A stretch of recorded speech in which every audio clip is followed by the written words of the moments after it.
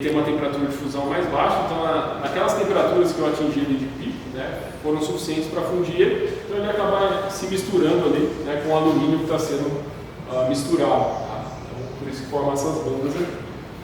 E aí depois a gente mediu qual era a espessura da camada do intermetálico. Né? Então aqui é utilizando o backing bar de alumínio e aqui o backing bar de titânio. Né? Então aqui eu tenho um intermetálico com uma espessura menor, isso é bom. Tá? E aí quando a gente comparou os resultados aqui, né, com essa espessura aqui, eu tenho uma resistência maior do que com uma espessura maior. Né? Então por isso que o melhor backing bar, né, acaba sendo um material que tem uma condutividade térmica maior. Isso é um tema que o pessoal às vezes não dá importância, sabe? Eles colocam qualquer backing bar lá, eles só estão preocupados com os parâmetros de processo. Né? Então acho que a grande contribuição desse trabalho foi mostrar a influência do backing bar. Tá bom?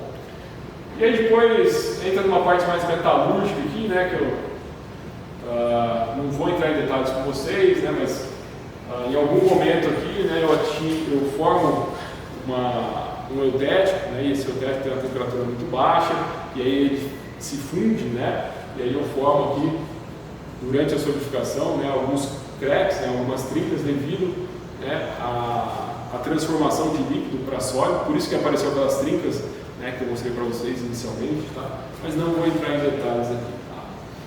Tá? Depois a gente fez um stop action, né, que é parar no meio do processo de soldagem para entender a evolução microestrutural, né, que foi observada.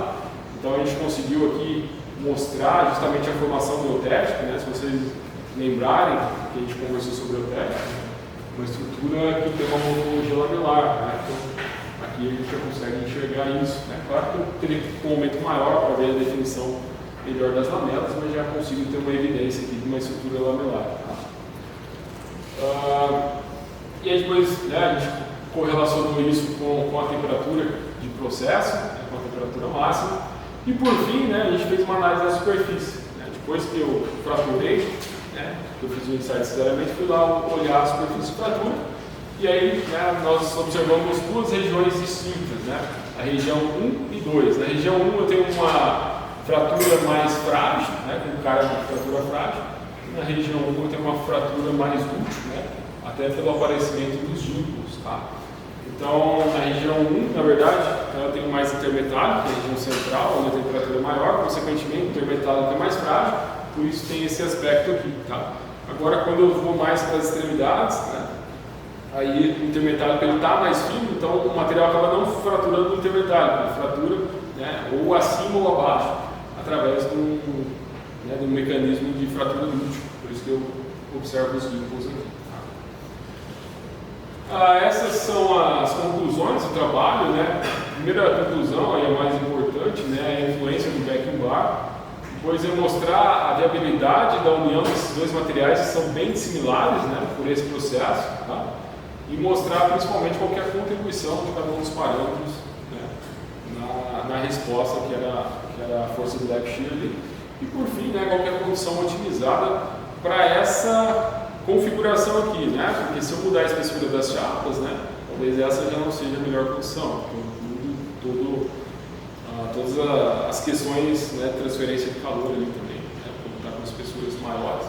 Então, mas para, né, os materiais estudados, essa acabou sendo a melhor condição. Bom, então é isso. Né? Esse trabalho foi em parceria com a Universidade Federal de São Carlos, então era um trabalho que eu orientei, né, numa aluno de mestrado lá no programa de pós-graduação lá do DEMA, né, que é o Departamento de Engenharia de Materiais da UFSCar, né?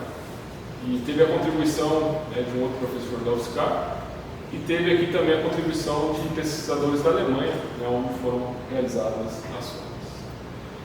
Então é isso. Com isso eu termino essa apresentação.